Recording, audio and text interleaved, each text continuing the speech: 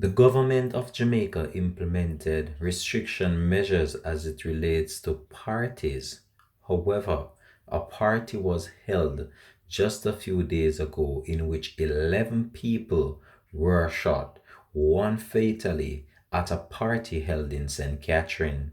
Hi again and welcome. This is Links7 TV Let's Talk, and we're about to discuss this on the program. We'll be right back after this short break.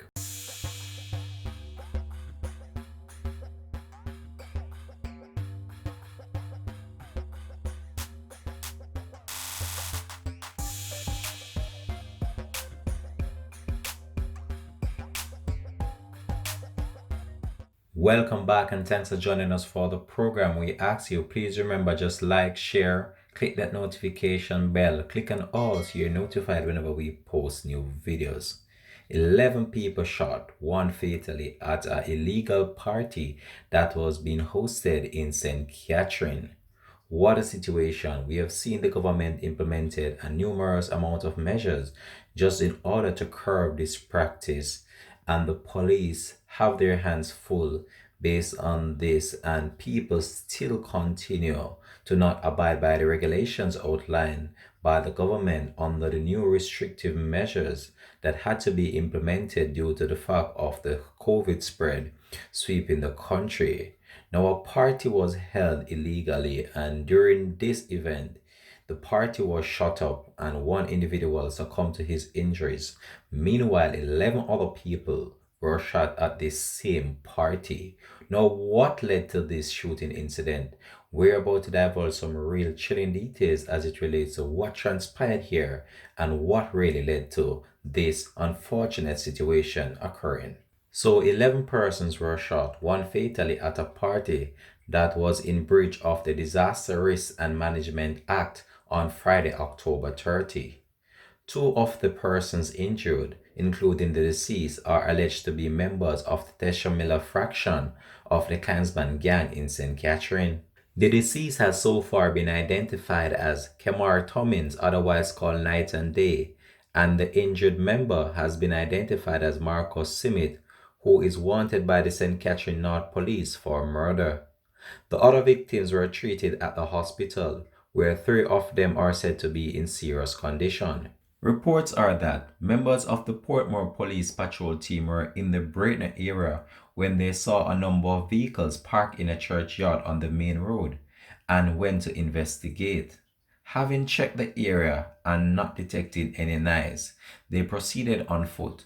Upon reaching Browns Lane, they heard explosion and saw a crowd of persons running in different directions. It was later discovered by the police that 11 people in all were shot.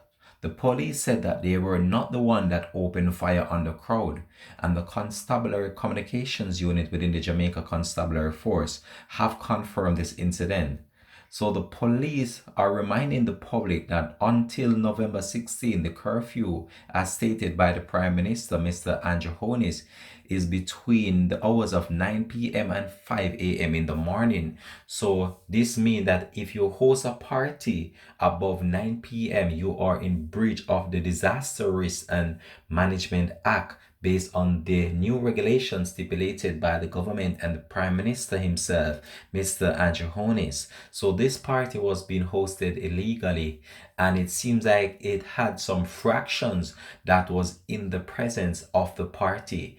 Now, it is believed that someone knew that these individuals would be at the party and lure in wait for them and just try in order to execute their plan. However, during the ensuing gun battle, the 11 people were shot in total, and a number of them still remain in hospital while one succumbed to his injuries. A number of them is said to be in very serious condition, and the police are just urging individuals that they have to adhere to the regulation and the stipulated guidelines outlined by the government, not only for their own safety, but also the safety of others as well. Because when we look on this situation here, there were actually 11 people in total that got shot, and these individuals might have not been involved in anything.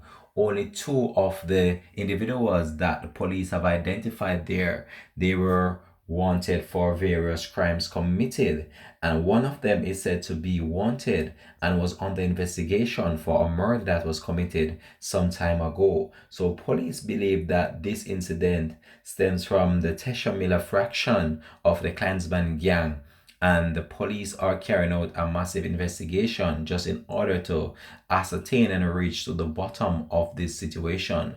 But what transpired here is very unfortunate, and people just need to just try their very best to avoid places such as these, especially in such a time with the whole onset of the pandemic and everything that is going on. You really have to just try your very best just in order to protect yourself, your life, and your own well-being. 11 people in total. This is not a joke. And when we look, people need to start to think about their own safety and their own well-being instead of just letting the whole entire situation get to them. Once this is over, all people and every individual will get to go back to their party. I can't understand why people are putting themselves at risk with the number of infectious cases currently in Jamaica, and people still continue not adhering to the regulation and the stipulated guidelines outlined by the government and also the Ministry of Health. We have seen the death toll rising significantly, and we have seen the number of infectious cases rising significantly as well. And the government have implemented these measures just in order to curtail the rapid spread of this. Since recently, the Minister of Health himself, Mr. Christopher Tufton, have stated that people need to take the necessary precaution based on the fact of the significant rainfall that the country is experiencing during this time, which is a cause for concern because this is a trigger for dengue, and we're in the flu season as well. So this would be like a triple pandemic with the flu, the dengue, and the coronavirus. So people have to just try their best in order just to try to see how best they can entertain themselves within their own confines of their home. Now is not the time for you to want to go to a party where you are in a crowd of different individuals from different walks of life.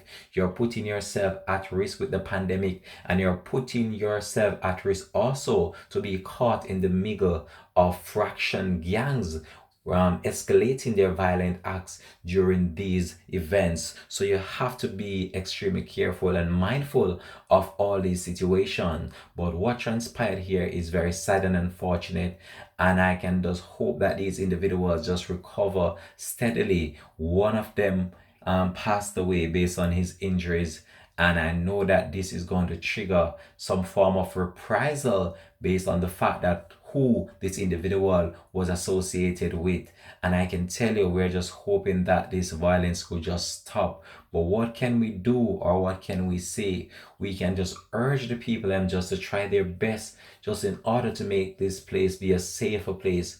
However, what is done, and this situation could have been avoided only if the host or the promoter of this party had adhered to the regulations and the stipulated guidelines by the government.